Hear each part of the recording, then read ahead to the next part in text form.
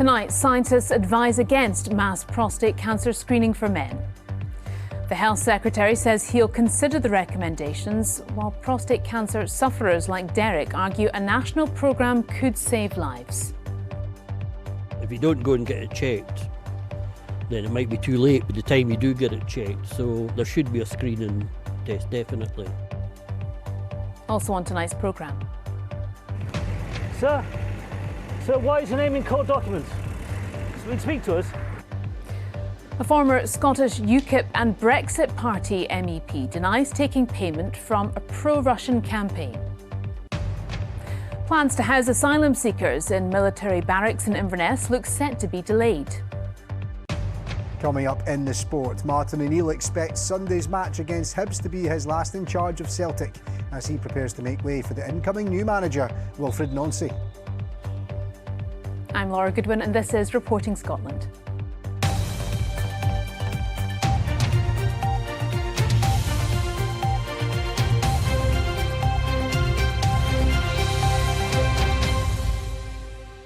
Prostate cancer is the most common cancer in men, with thousands diagnosed in Scotland every year. Today, the UK National Screening Committee recommended that most men aren't routinely tested because the current test is not very reliable and can lead to overdiagnosis and unnecessary treatment. It's prompted strong reaction, including from Sir Chris Hoy, who received a terminal diagnosis 2 years ago. He says he is extremely disappointed. Ben Phillip reports. Derek was diagnosed with prostate cancer in 2022 after a routine doctor's appointment. It was a nasty shock for the 73-year-old who didn't have any symptoms.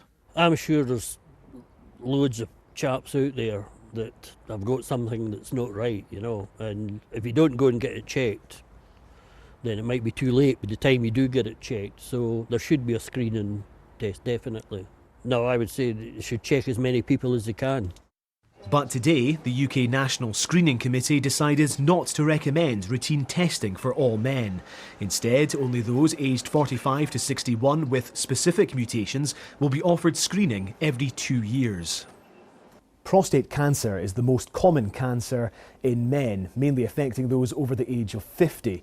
Around 3,500 are diagnosed in Scotland every year. So why is introducing widespread testing not an easy decision? Yeah, ideally you could give every man a PSA test at 50. The problem with that is we then set a number of men on the track of investigation for cancers that may not cause them harm.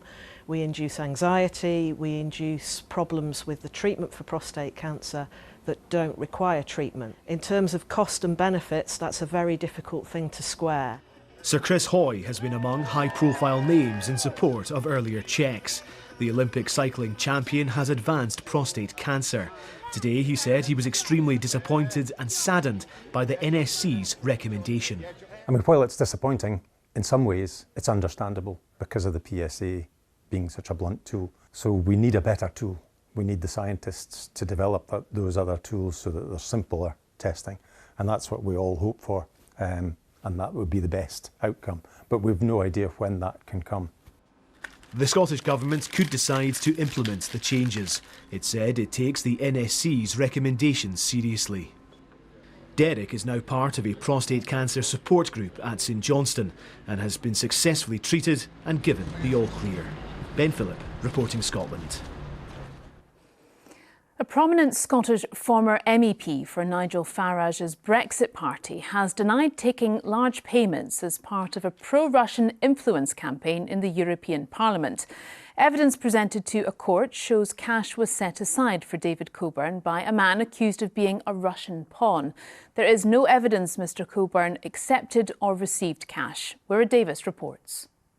UKIP is the party of Brexit. We must elect UKIP to the Commons to ensure Brexit means exit. David Coburn was one of the most prominent pro-Brexit voices in Scotland. He was elected as an MEP for UKIP in 2014 and was a close ally of Nigel Farage, often appearing on the campaign trail with him around Scotland. Mr Gill, why did you take the money? But now his name has appeared in the case of Nathan Gill, the former Welsh leader of Reform, before he was sent down for more than 10 years at the Old Bailey last week. Gill pleaded guilty to 8 charges of bribery, making speeches and giving interviews on behalf of pro-Russian interests in Ukraine. He was paid thousands via a man called Oleg Voloshin, who also asked him to recruit others to amplify the pro-Moscow narrative. No government can stand by and do nothing while its journalists are being attacked. Mr Coburn made similar speeches to Gill, travelled to Ukraine and joined the board of a pro-Russian TV channel in the country. Messages released by the Crown Prosecution Service as part of the case against Nathan Gill indicate that thousands of dollars were earmarked for another MEP and board member who is referred to as D and David. Coburn, the former leader of Scottish UKIP and then a Brexit Party MEP, was the only David on the board of the TV channel being discussed. Mr Coburn has consistently declined to answer our questions. We tracked him down to northern France, where he said little, but twice answered no to my questions. Did you receive any money from Mr Gill or Mr Voloshin? No. None at all. So why is your name in court documents, sir? Sir? Sir, why is your name in court documents? So you'd speak to us? Sir, would you like to speak to us?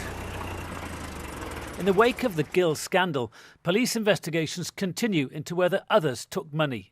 I won't talk about individuals in this case. There's some jurisdictional issues for us as well in terms of it being outside of the United Kingdom, but we also have an ongoing investigation, and our investigation hasn't stopped and will continue. And what other links are there between reform and Russia? The crisis has become an unwelcome distraction for Nigel Farage amid calls for a wider inquiry into Russian influence in the UK. The Reform Party leader has described the scandal surrounding Gill and others as history. I can't investigate UKIP in the European Parliament in 2018. How do I do that? Can I read people's emails? Can I take their mobile phones? The BBC hasn't seen any evidence of Mr Coburn being directly offered or receiving money, and Reform UK said he had no involvement with the party. They said if any wrongdoing was found, it should be dealt with the full force of law. No comment. But with Nathan Gill's continued silence, questions remained unanswered about the extent to which others may have been involved in Russia's destabilisation campaign. Rona Davis, reporting Scotland. Plans to move asylum seekers to a military site in the Highlands look likely to be delayed. It's after the UK government unveiled plans to house around 300 male asylum seekers at Cameron Barracks in Inverness from the end of November. Well, our reporter Chris McLennan is at the barracks tonight. Chris, what is the update on this? Well, we know the UK government plans to use Cameron Barracks here in Inverness to end its use of asylum hotels. Now, under its plans, up to 300 males awaiting processing could arrive here in the next few months. Already we're seeing some preparations, some extra fencing inside the perimeter here. But whilst it's been unclear as to when this will begin, government officials had previously indicated it could be as early as late November. But in a statement we've received from the Home Office today, it appears that that date is unlikely. What the Home Office has said is that it's working to avoid mistakes of the past. It claims rushed plans led to unsafe and chaotic situations impacting on local communities. One thing that is clear though is that the Home Office intends to push ahead with these plans. It says it's meeting on a weekly basis with organisations like Highland Council. But tonight, whilst it's unclear as to when this will begin, it doesn't appear as if these plans are not going to go ahead. OK, Chris McLennan, many thanks indeed. Some of the day's other stories now. The First Minister is to meet with a woman who says she's a victim of grooming gangs as calls grow for an inquiry into the issue. The woman, who's being called Taylor, alleges she was abused by a gang of 10 men while in care in Glasgow. The Scottish Conservatives have called for an inquiry to mirror what's happening in England and Wales. The First Minister has said he's giving very detailed consideration to it and will announce a decision before Christmas. 3 men have been arrested after police were called to reports of an assault at a hotel in Aberdeenshire which accommodates asylum seekers. Officers were called to the Hampton by Hilton Hotel in Westhill around 10:45 this morning. They say a 26-year-old man was assaulted by a group of men and suffered a facial injury. A weapon was also recovered from the scene. A row has emerged over who funds rack repairs at schools in West Lothian. The council is restoring 5 schools affected by the potentially dangerous building material, with the latest project at St Kertigan's Academy costing £35 million. It had thought the Scottish Government would help with some of the costs, but now fears that won't happen. Our reporter Hope Webb has more. A major project to remove rack and asbestos started at the school last year after it was discovered that over 60% of the building would have to be demolished. A new wing is currently under construction and the council has already allocated £20 million to the project. But it still has £15 million to cover and it's not clear who'll be footing the bill. The Cabinet Secretary for Education, Miss Ruth, attended here in February. She said it was the worst devastation she had ever seen and it would be very high on our priority list. And we got a letter recently saying we weren't getting that money. Today the council wrote to the Scottish Government saying the financial situation is desperate and it'll have to borrow money in order to cover the costs. These children deserve the best. And the Scottish Government say it's all about helping children, lifting them out of poverty. There is no greater way of lifting children out of poverty than a really good education. In nearby Bathgate, Sandra manages a local cafe. Her grandson attends the school and says the rack removal has caused major upheaval. My grandson has got to go to a porter cabin to have his lunches. They also haven't got a gym in the place, so the kids have got to travel. So it's taking up quite a lot of time to different schools. Which is costing money as well because I've got to get a bus to take them there. So it's quite disruptive. A few doors down, former pupil Liam is grabbing lunch with his mum. He questions whether the remedial work is going to be enough. Maybe wants to walk into a school that's basically just like falling apart, you know, it seems. It's like maybe wants to go in there and it's like, imagine trying to like walk in and learn and learn and then having to walk in or teach even for that matter in like such a just horrible environment, and it's like, you know what I mean, makes you wonder even if like it's better not even just repairing the thing rather than just letting it, you know, even just tearing it down, building something that's new. In a statement today, the Scottish Government said it had been in regular contact with the local authority and has been reassured on progress being made in dealing with the rack. The school development is expected to be completed next year, but the question remains as to what cost and from whose pocket. Hope Webb, reporting Scotland. The news at 7 is coming up on the BBC Scotland channel after us, and Hala is here to tell us what you've got tonight. Well, tonight, after that decision not to approve routine screening for prostate cancer, we're going to be talking to Prostate Scotland to find out men, if they're worried about the disease, what they can do. We'll also find out about the £12 million campaign to save Rabbie Burns' ancestral home, and we will speak to the trad electro sensations who will be headlining at Edinburgh's Hogmanay. Sounds good. Thank you very much indeed. Now, it's estimated as many as 1 in 20 of us suffer from the chronic pain condition fibromyalgia. But new research suggests many of those affected also struggle to get help on the NHS, with some patients waiting for years for a diagnosis and in some cases being dismissed by doctors as lazy. Fiona Stocker has more. So we've got amitriptyline. We've got diclofenac. Every morning, Adele Williams takes a cocktail of painkillers. So this is dihydrocodeine, and it's quite, the doctors don't like to prescribe it because it's an opioid. And the longer you take it, the more you need. She has fibromyalgia and suffers chronic pain, fatigue and brain fog. It's really difficult to put in a box because it's different every day. It's a muscular pain. And it can be dull, it can be throbbing, it can be really sharp as well. Sometimes it feels like somebody's just stabbing you with a screwdriver or something, and it's hot. How well do experts think the NHS is keeping pace with patients like Adele? We're really in the changing room of the race because they're not getting the early diagnosis and they don't have access to effective care, but instead are being given painkillers that are only marginally effective and can have important side effects. Because of the complex symptoms, patients often end up here in rheumatology. The team are working on ways of making it better. It's about early diagnosis, getting in some appropriate support, some helping them to understand the condition, what it's about, how to manage it, and then having that safety net to come back to if they need to. And I think that's a very long way off from where we are at the moment. That means options for Adele and thousands of others are very limited. There's not a pathway in the NHS for fibromyalgia sufferers. There's just not one. It's just painkillers and anti-inflammatories. The Scottish Government told us it's determined to improve care and support for people living with chronic pain, and it'll continue to work closely with the NHS to improve how services are accessed and delivered. I don't want it to take over my life. I don't want me to be fibromyalgia Adele. I want to just get on with my life and make it and have and do everything that I want to do, and it just fits in with me. Adele Williams ending that report from Fiona Stalker.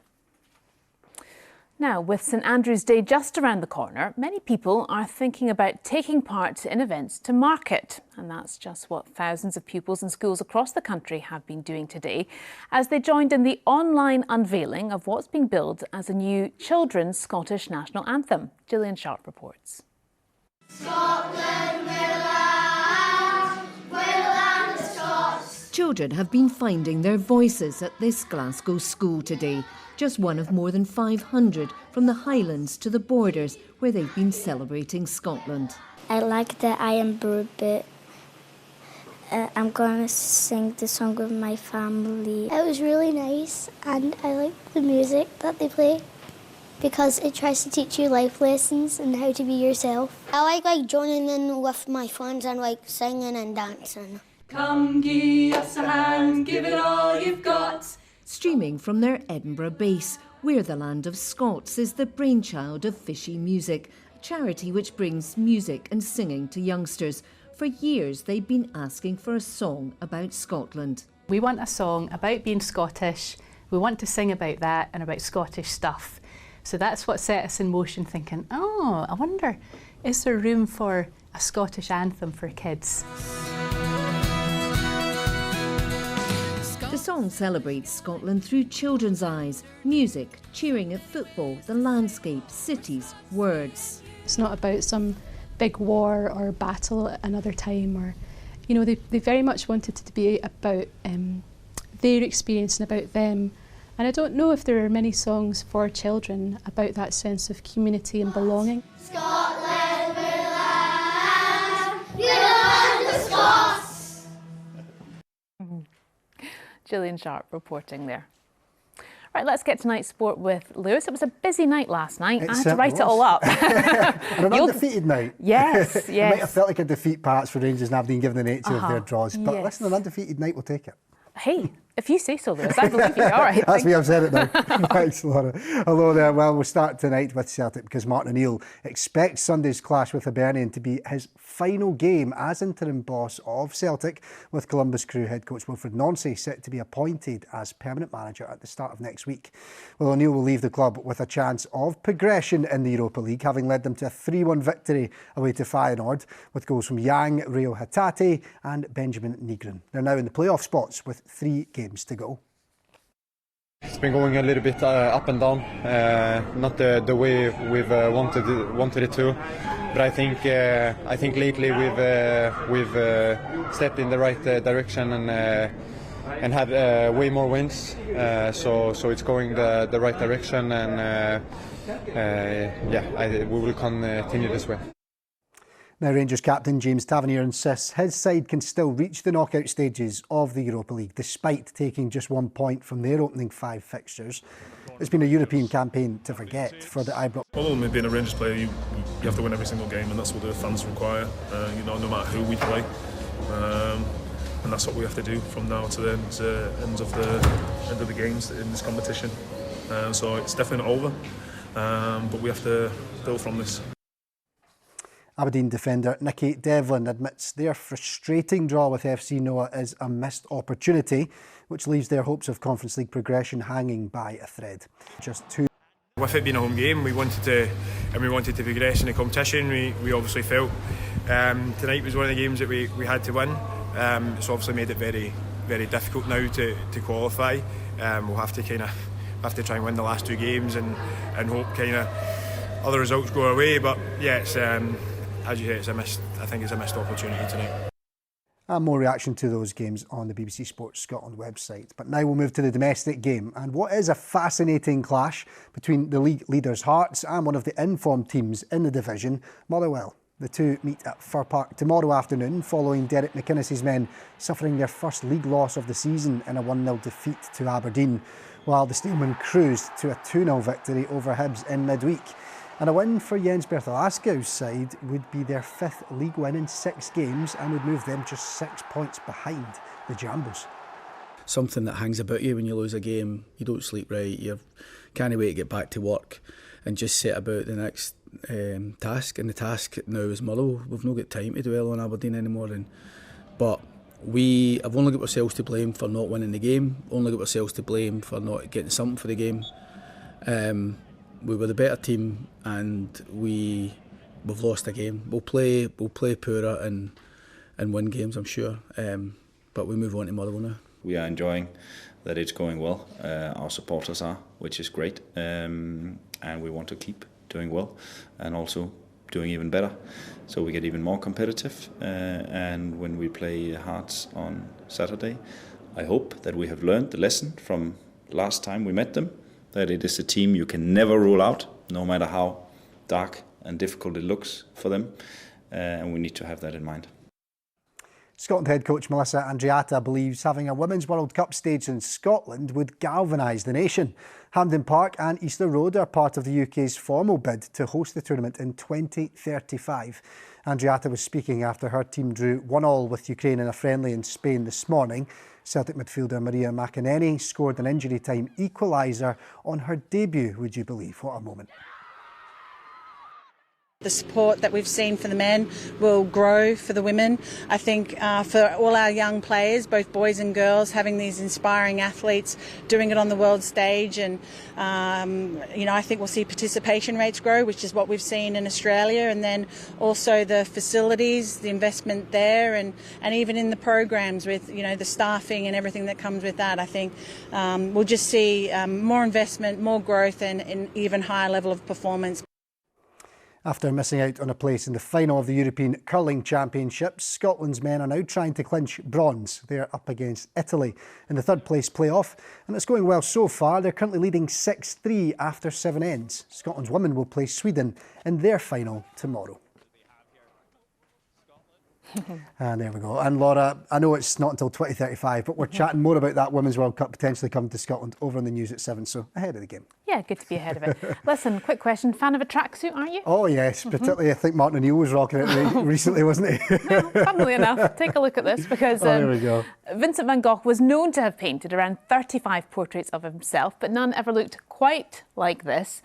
2 of Scotland's most notable painters, Peter Howson and Ross Muir, have joined forces to create a painting of the artist, which combines Howson's powerful, muscular style with Muir's trademark twist of a retro Adidas tracksuit. The painting will go on public display in 2026 at an undisclosed venue before going on private sale. Time now for the weather with Joy. Kind of tracksuit weather, big coat weather for sure. I was going to say big coat, maybe a brolly. I think it's official weather that's called blowing a hoolie. Yeah, I think so. But actually this weekend it'll be much nicer, much more settled, even some sunshine on the way. But good evening everybody. Yes, as we were saying, it has been wet and it has been wild across the last 24 hours, particularly in more northern and northwestern spots where we've seen storm force gusts, particularly for the Western Isles, in excess of 80 miles per hour. As days progress, though, we've seen more in the way of settled conditions developing, even some sunshine for some, but it has been growing increasingly blustery, however, for the Northern Isles. Shetland in particular still seeing strong winds tonight. Elsewhere, a more settled picture. We have this band of cloud and rain slowly working its way southwards. Behind it, drier conditions developing under clear skies. But where we do have any showers moving in, they will have a wintry flavour. As tonight, it's going to be a cold one. Inland for many, temperatures falling to freezing, even below. So tomorrow, we're looking at, for many, Widespread frost, some icy stretches, some mist and fog patches. That band of cloud and rain lingering for a time in the south before moving away. Elsewhere though, dry, fine, plenty of crisp sunshine, but again, particularly more northern spots where we have these showers, as you can see, a wintry flavour as it's going to be a chilly afternoon to come. Highs at best of 3 to 5 Celsius thanks to that northwesterly airflow. Probably the best of the sunshine likely for parts of Argyll and the northwest Highlands. Here we are still only looking at 5 or 6 Celsius, however, and we do still have that keen northerly wind, although winds are easing.